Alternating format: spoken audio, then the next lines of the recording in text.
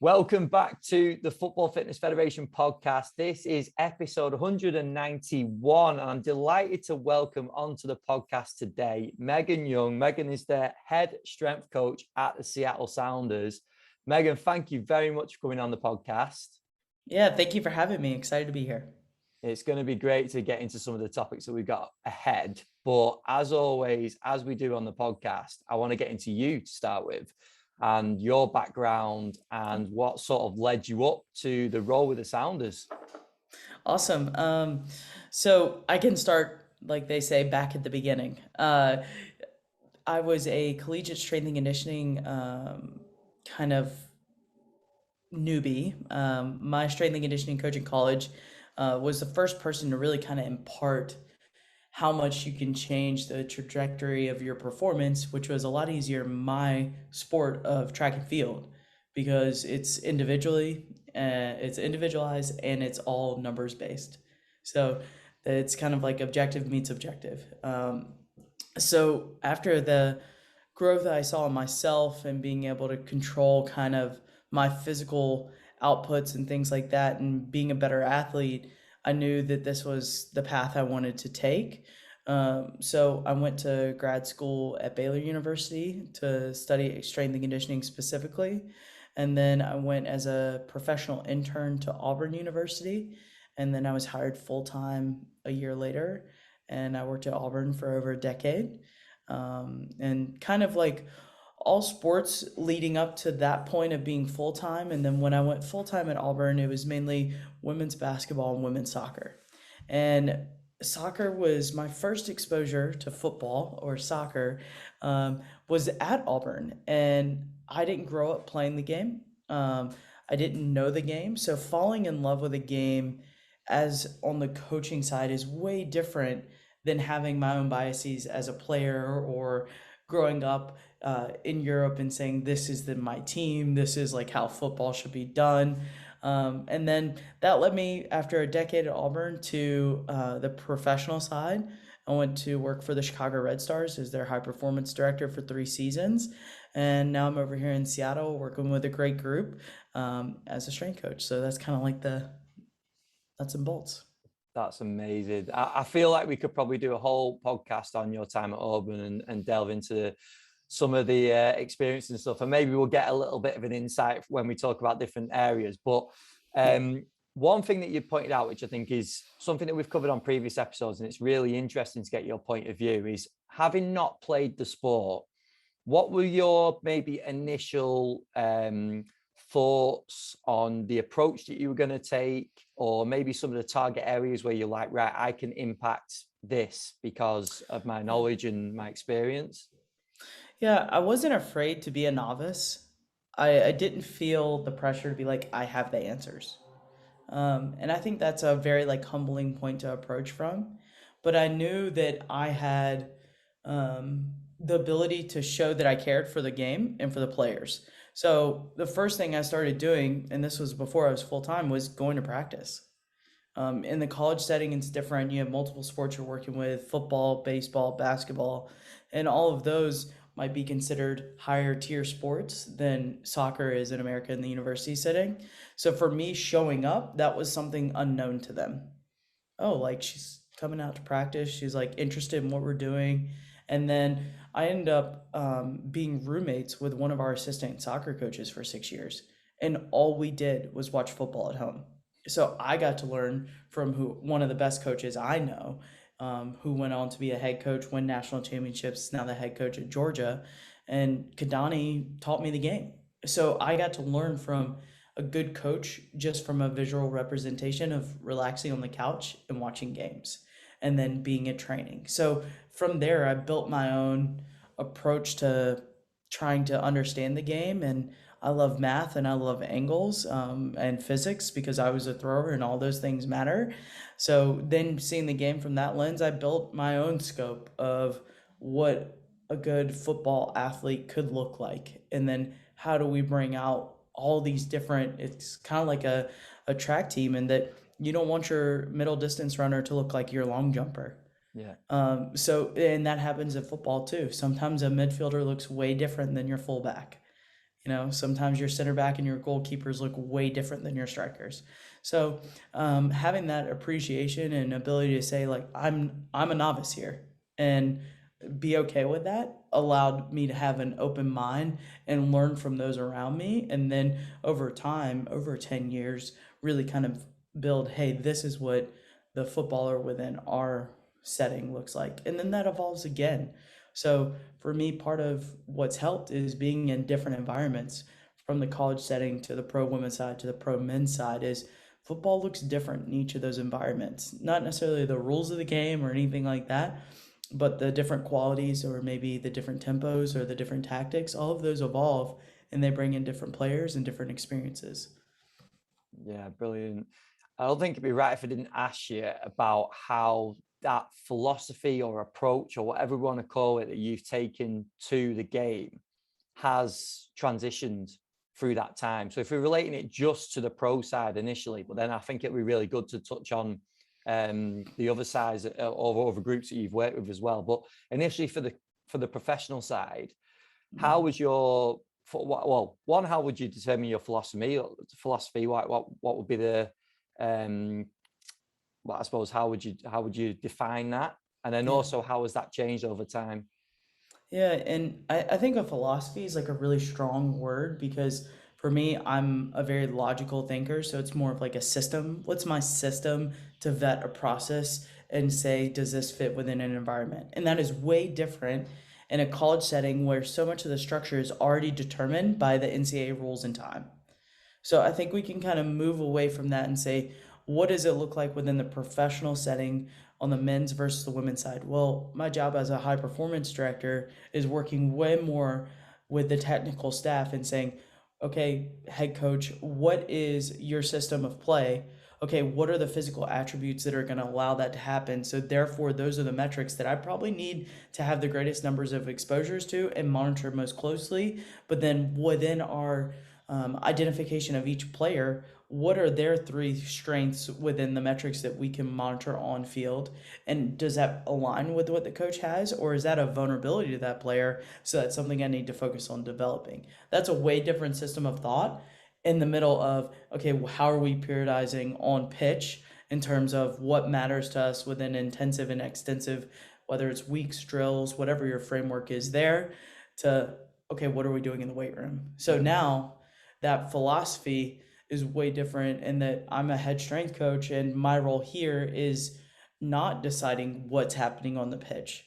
It's, hey, how am I physically either preparing guys or working with guys um, to help them produce on the field or keep producing on the field if they're already producing, or in the return to play kind of setting. So those, I can't really say that those are philosophies, but those are systems. And those systems have way different check marks and balance points in each of those roles. And within even, we can kind of talk about this if you want, within the strength of strength and conditioning, the lifting or the physical preparation of each of these players, that can look different. And I think one of my greatest strengths is um, remembering that they're a human first and that they have a whole host of experiences that have led to now. And if I don't do due diligence of understanding those experiences, well, then I'm not going to build a really robust system for them now. So if there's someone that prefers to lift 4 times a week, but have 10 minutes a day and kind of microdose across, and then also what is their injury history within that? And does that actually work with them? And how many minutes are they playing? Well, that can work. Well, it can also work to lift once a week or twice a week and get the appropriate exposures in. Or maybe you're a 16-year-old player and I need to educate you on so many things and then also have a higher ceiling of where we are in terms of physical development. So within that, to go back to your question of philosophy, it's the system is about the human and the human is about the footballer. And those are all separate things that make up the one person. But that's how I design a system to meet each person within an environment. And each of those environments has a different hue of what that system can look like. Brilliant. Megan, this because this is very much like an individual approach, isn't it, within a team setting? Because you're talking there about different positions, different personalities, different likes, different dislikes, different experiences. for each individual. So we're basically managing every individual depending on how many players we're working with. In your experience, you feel like that's changed over the last few years? Like, do you feel like that's something that we're maybe taking into account a little bit more now and understanding a little bit more? Whereas perhaps previously it has been more, this is our program, the players fit within our program, and we take it from there. Yeah, I think that it's twofold. So you got to remember, my initial kind of growth within this field was in a football and basketball bias role. And I grew up around those sports and those games, and I understand them probably still more so better than I could say I could understand soccer. And that's 15 years in, right? So no worries.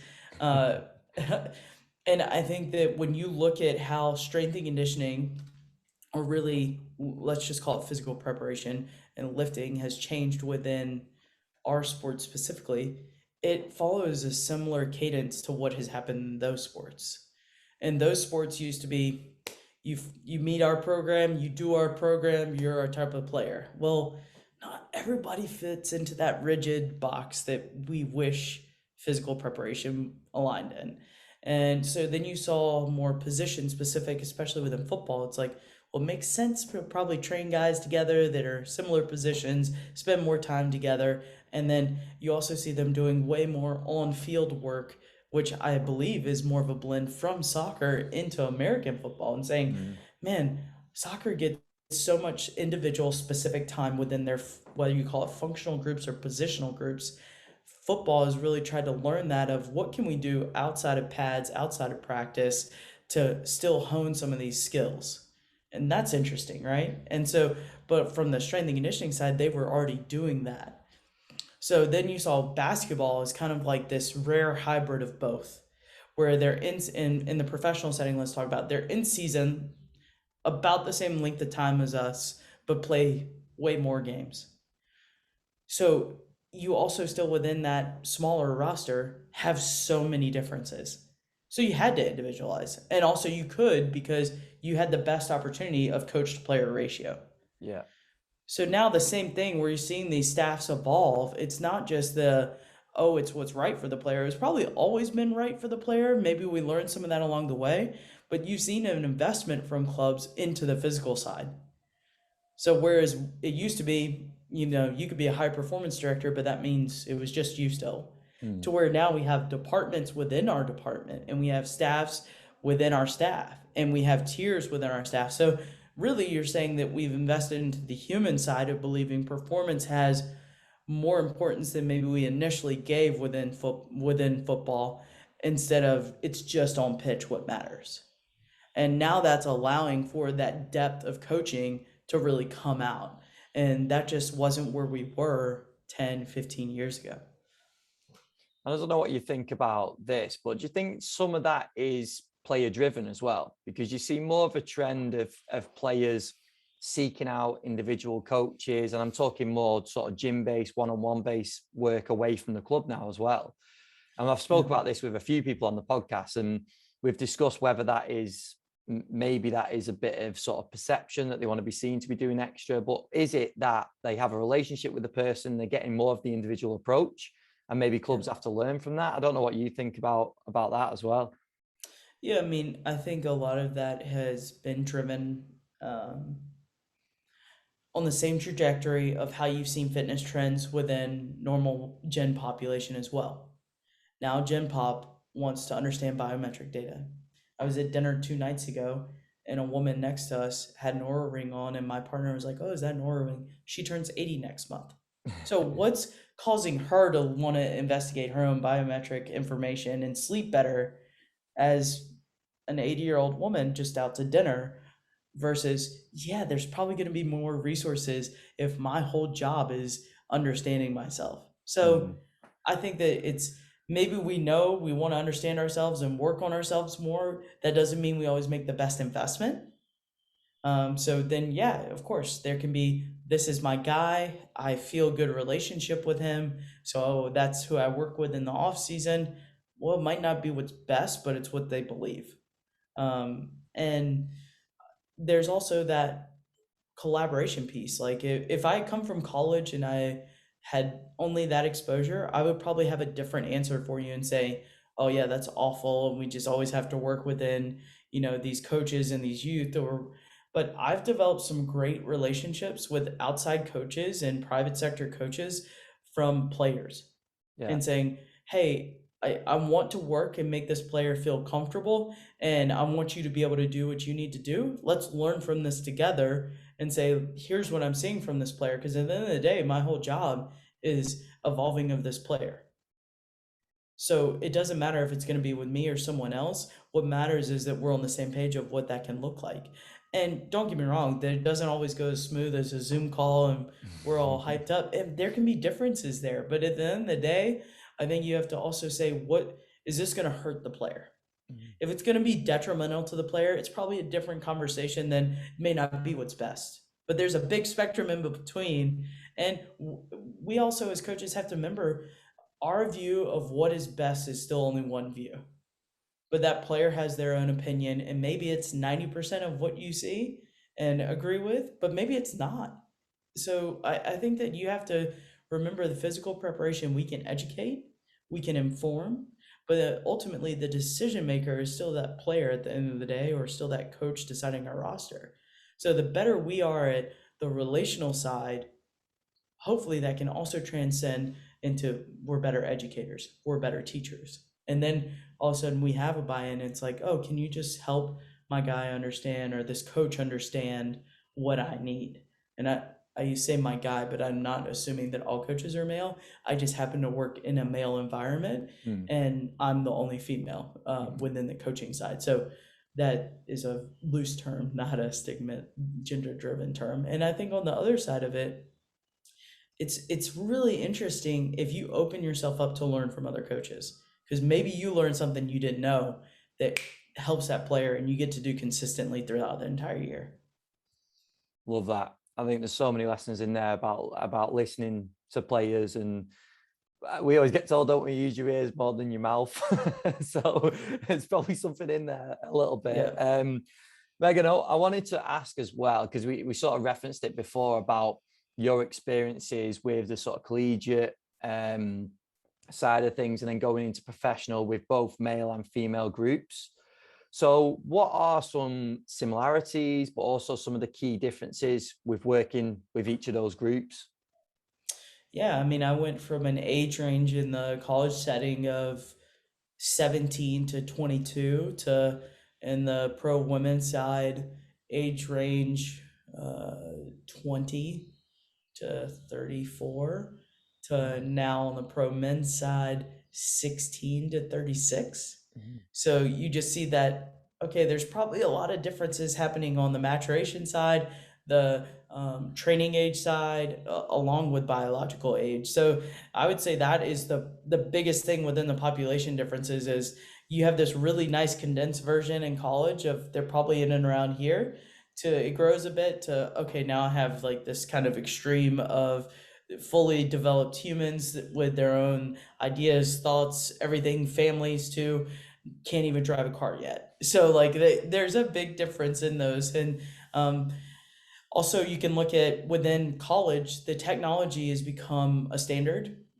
So players in college are much more inclined to know about sleep and different things like this, because we've developed sports nutrition departments, sports psychology departments within university settings in America. And whether it be driven from American football money or basketball money, those athletic departments have developed those resources for all sports. So that's benefited a sport like soccer, to where sleep tracking and all these things are normal as of 10, 12 years ago.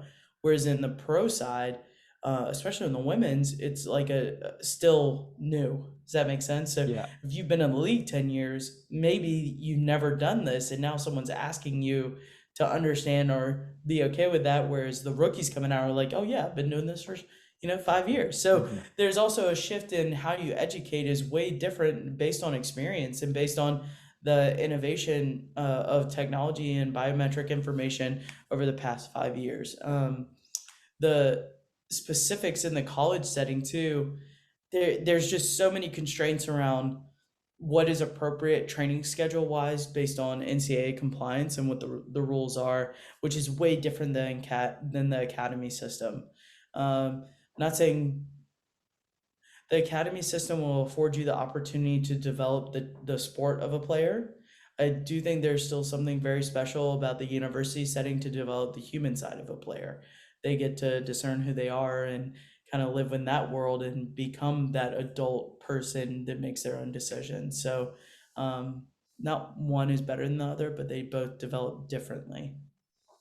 Yeah, no, it is really interesting. And when you talk about those ages, that I mean, even socially with those age groups is a big difference. Is before we even talk about anything to do with performance, isn't it? So, Yeah. yeah, people have got to recognise that. The other thing on that, Megan, is do you think it's helped your career going in the order that you have? Because obviously, it's a similar aspect. If we relate it to over in the UK, it's a kind of a similar pattern in that a lot of people work in academies and then they'll end up in a first team. That tends to be the sort of path they go on. Do you think that's helped you going in that order, or do you think if we could, not that we can control it like that, would it be more beneficial to go the other way around or mix the order up? Um, I think I can speak to my own reality and that American colleges versus academy does afford a different opportunity because there's so many other people I get to learn from on campus. Where at academy is more limited to the resources of whatever the first team is allocating.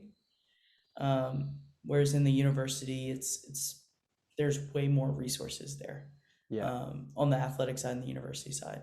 So I'd say that I'm lucky to have gone the way I went, and that also I'd never set out to be like I'm going to be a in pro soccer. That's what I want. Um, it- when Dawn Scott and I talked, and she said, "Hey, there's an opening in Chicago," I was like, "Yeah, I don't know." Yeah.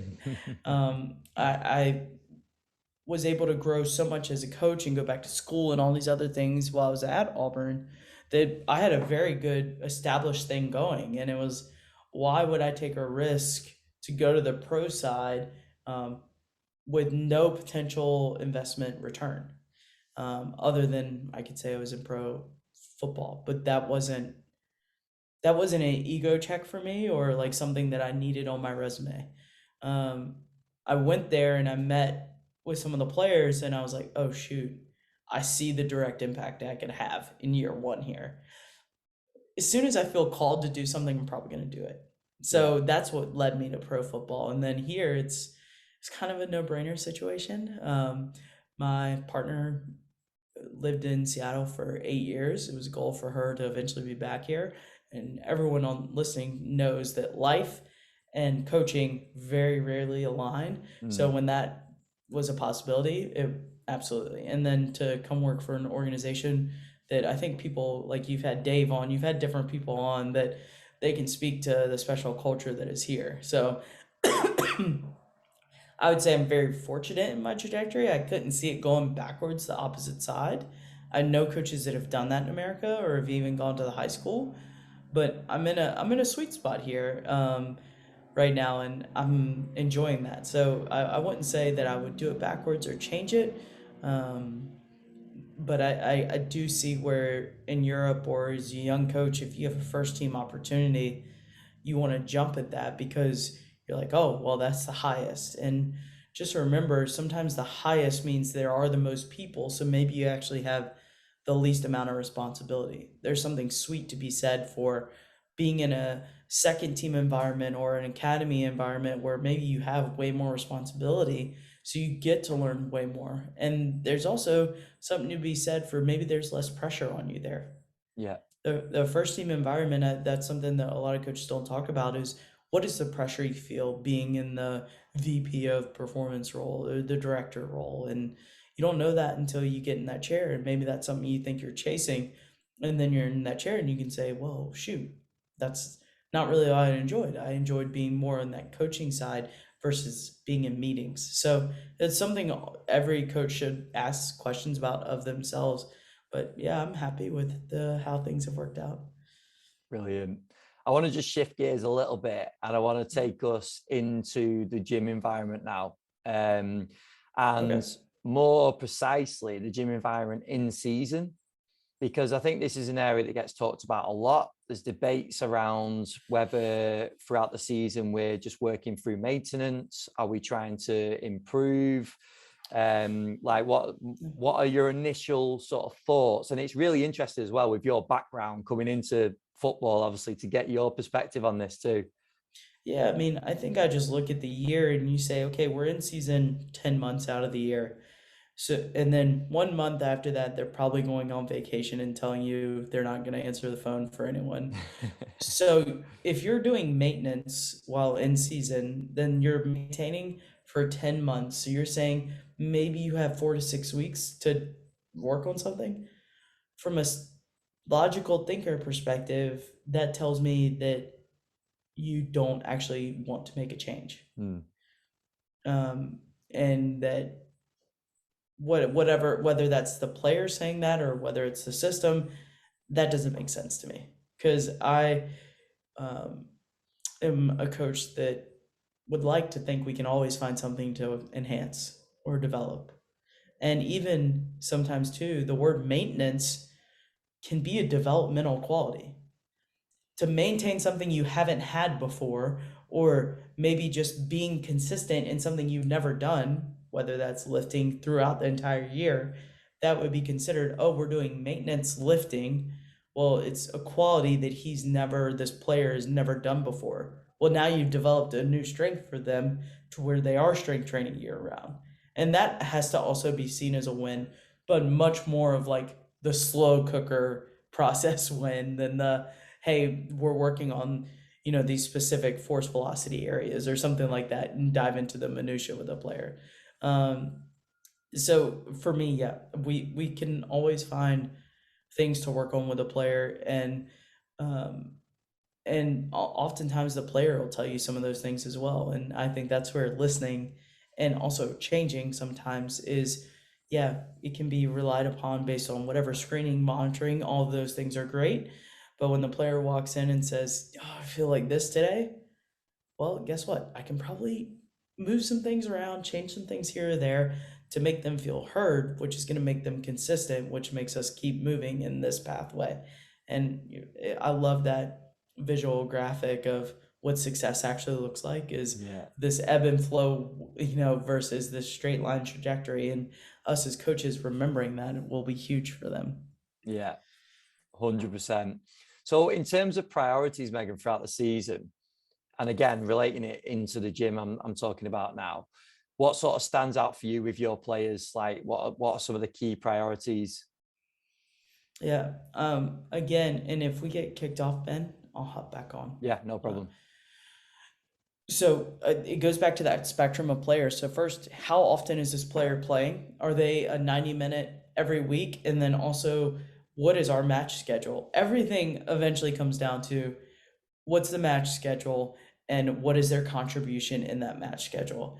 And if you've gone through tournaments like we just did early in the season, which is a whole nother thing to consider, there's match congestion, all these things that maybe don't line up ideally from what we were taught from a sports science perspective of how you get to build nice, and then you're ready for this condensed period in the middle of the season maybe, and it's like, oh no, shift all of that to March.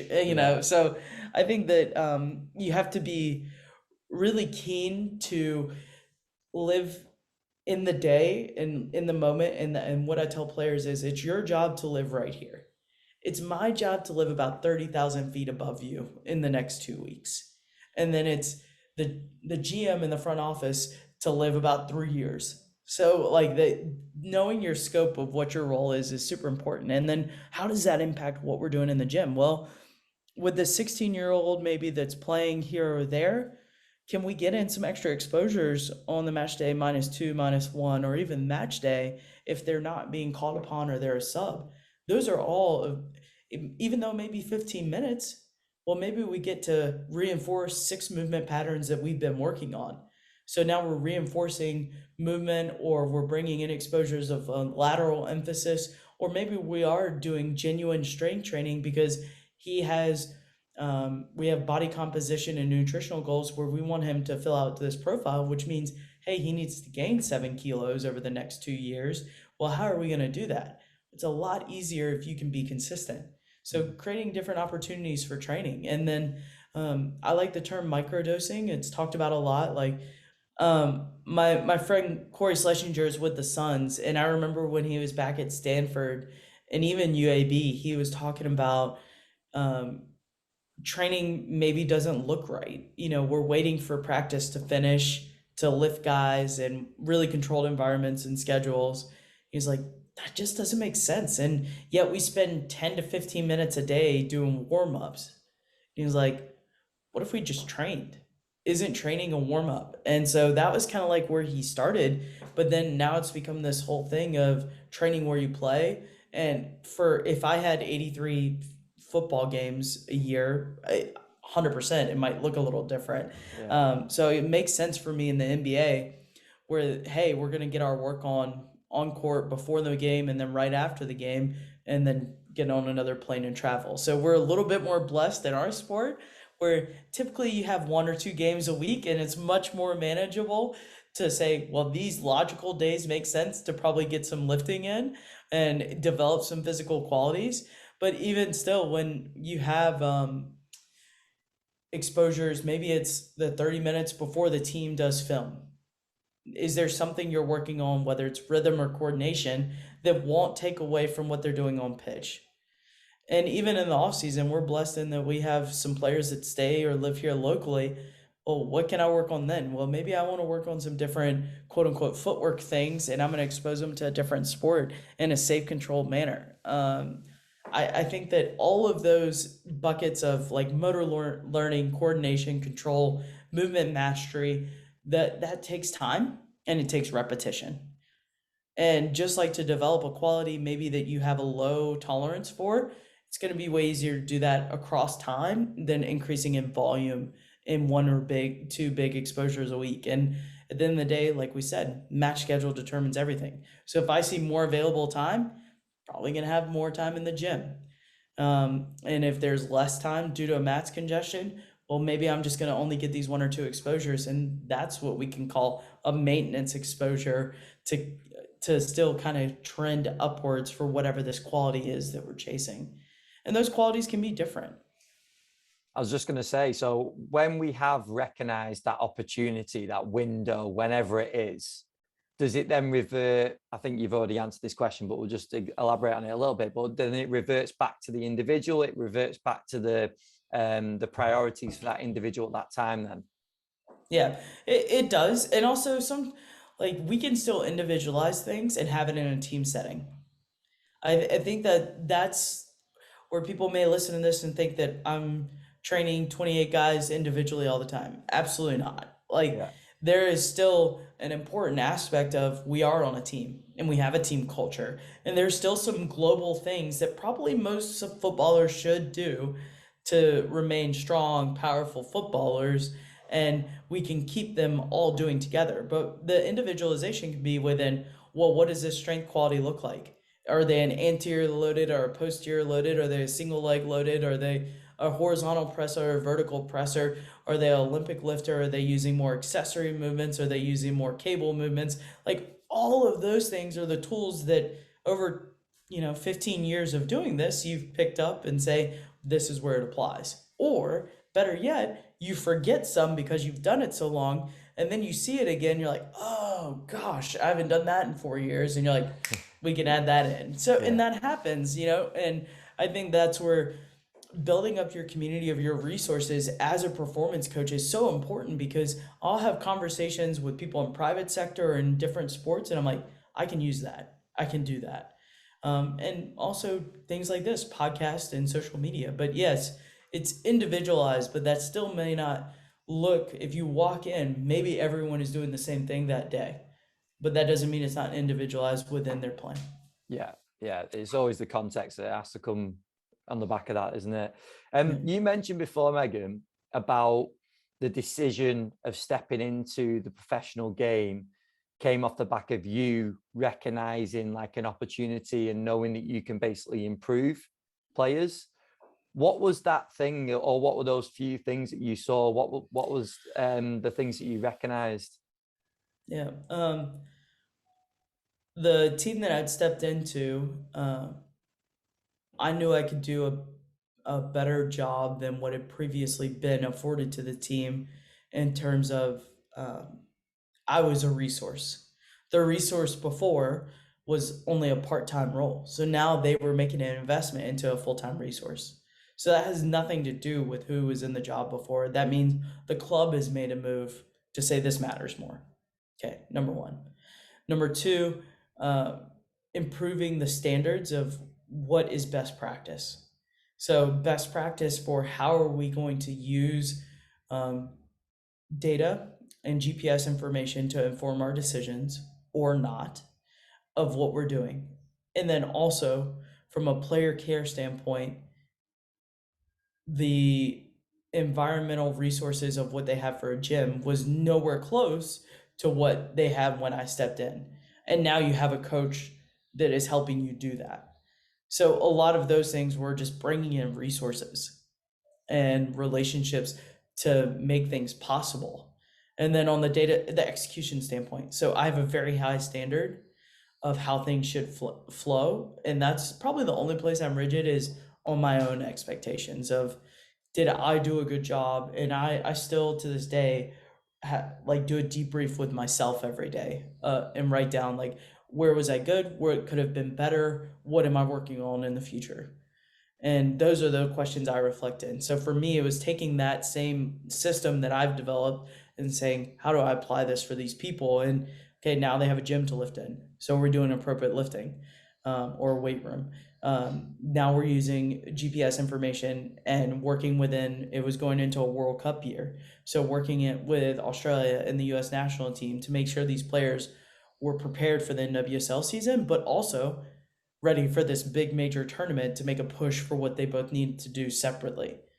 Yeah. And that was what was important to me. I wanted to make sure that those players within that team who had never been to a final physically had player availability to be able to be in the final because I knew they were already talented enough. And so when you take a really talented group of players and say, okay, what's missing? And the missing is we need to have a place to lift. We need to have an organizational structure around how we're planning our periodization on pitch and making sure that's matching what we're doing on the physical side. And then we need to upgrade what we're doing nutritionally. Those are the same big buckets, I would say, in any sport, and just lining those up. So it was implementation of systems that we would all consider basic, but just making sure that they were executed well and then listening to the players. And we got to a final in that first year. And Yeah, they all did brilliant. well at the World Cup. No, it's really interesting, isn't it? Because that comes into your decision of the impact you can make as well. And I think some people get drawn into like looking at a role in terms of what is available within that role and not thinking about the big impact that they can have. And obviously that's something that you've considered going into it, which is why I asked, because that's what you mentioned before. Knowing your strengths, knowing that I've got good qualities in this area. This is something that I can improve these players on. You've got your, I suppose, your why, your rationale, haven't you? Yeah. And that's why you're stepping into the role.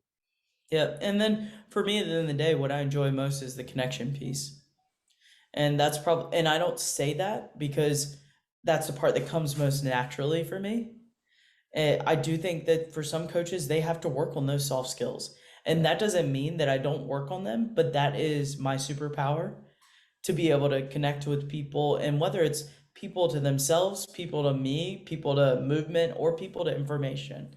But that's the piece I enjoy so much is trying to find ways not just to relate to people, because we're not always going to say, oh, this is how you and I are similar, but how can we relate to those that are way different than us and we have nothing in common? Well, there's always something that brings us back, and that's why we love sports. That's why sports have such a great place in this world, is it brings a sense of community and belonging. And I'm a part of an organization that the fan base here would tell you, like, they feel just a part of this team as much as I do, sometimes more probably. Um, and I think that is something I wish that was talked about more within, and it's changed, but talked about more within the education piece for coaches is, You can spend all your time in the lab, understand force plates, understand GPS, be the latest and greatest in AI and 3D technology and things that we don't even necessarily need to use, but not know how to talk to people. Well, probably not going to do well in a first team environment. Yeah, 100%. I want to be respectful of your time, Megan. So I want to move on to some of our quick fire questions that we finished each podcast with. First of all, which I think will be really interesting, you mentioned a few names already, but who are some of the biggest influences on your career so far? Yeah, I'd say the biggest influence is probably Dr. Harry Erba. He was my oncologist in 2015, so he's the reason I'm still here. So that without him, I wouldn't be here today.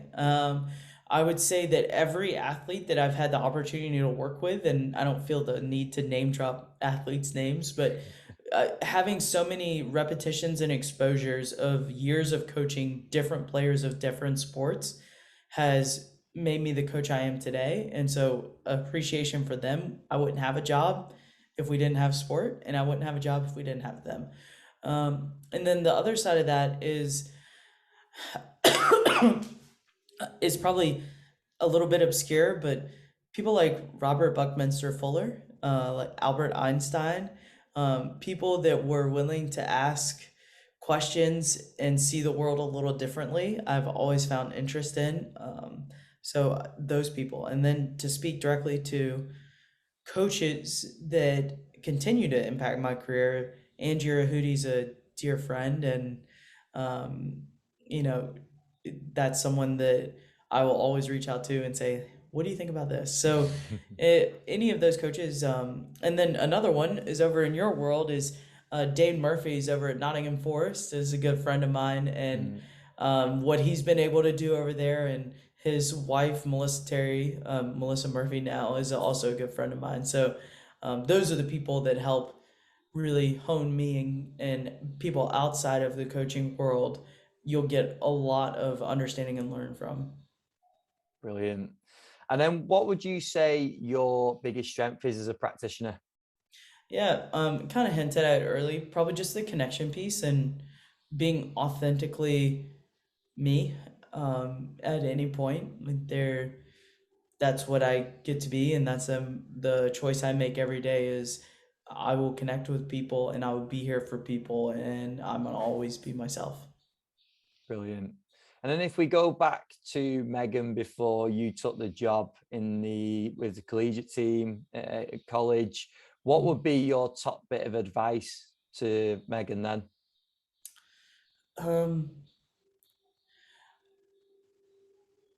you know, I've never been in this job for the money, and thank goodness, because the money isn't there. But I would say, you learn so much about yourself while also learning about others as a coach. It's a really unique way to develop as a person, from 18 to however old I am now. I always misquote how old I am. Um, I would say my biggest piece of advice is invest into yourself in order to invest in others. So always make yourself a priority. And if you don't do that, then you're going to lose yourself in whatever environment you're in. And seamlessly off the back of that, Megan, what is your approach to CPD, continued learning, like Yeah. constantly progressing? Like, how do you go about that now? A lot of it has been over the years. It was like I saw technology was becoming important. Well, I should probably get a master's in information systems and data science. That makes sense. I like structured learning, so I seek it. Um, I like to also understand universal truths, whether it be through physics or things like that. So right now I'm in a evolutionary biology course, to understand more of like how did we become what we are, and what does it look like to de-evolve, and what does that mean from a movement standpoint. So it's curiosity is Yeah. my biggest thing that leads. And I just did a podcast with a friend, and he was like, I'd like you to know we've had a lot of people on the show, but you have the most letters behind your name. And I was like, oh my God, I've aspired to never have anyone say that. So, it's just my curiosity. I don't care about the quote unquote certifications or anything like that. I just have a hunger for knowledge. And, if I'm going to be on this earth, I don't know how long I'll be here, but I want to learn as much as I can from as many different people as I can. So that unquenchable thirst for knowledge, like that's my driver of continuing learning. Well, that's also a great bit of advice for every, not only coach out there, but every person out there as well, isn't it? To Yeah, real chase things that you're interested in, and that's delve into that and go into those areas. absolutely. Megan, that's been brilliant. Thank you very much for coming on. Yeah. Where would you direct people if they've got questions, if they want to reach out to you? Is there anywhere specific you'd send them? Yeah.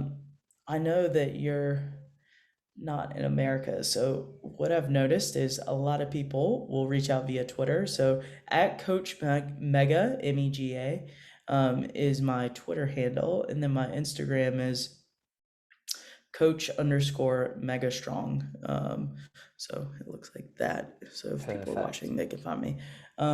Reach out to me on social and we can find a way to connect. And if you have questions, be intentional and ask those questions, but also a piece of advice for young coaches when you're trying to reach out to anyone, it doesn't matter. Just remember they're all human. So all time is valuable. Yeah, 100%. Great bit of advice. Well, thank you very much for coming on. Yeah. I Thank appreciate you you so giving up the much. time. It's great to speak, Megan. And yeah, all the best going into the next season. Thank you.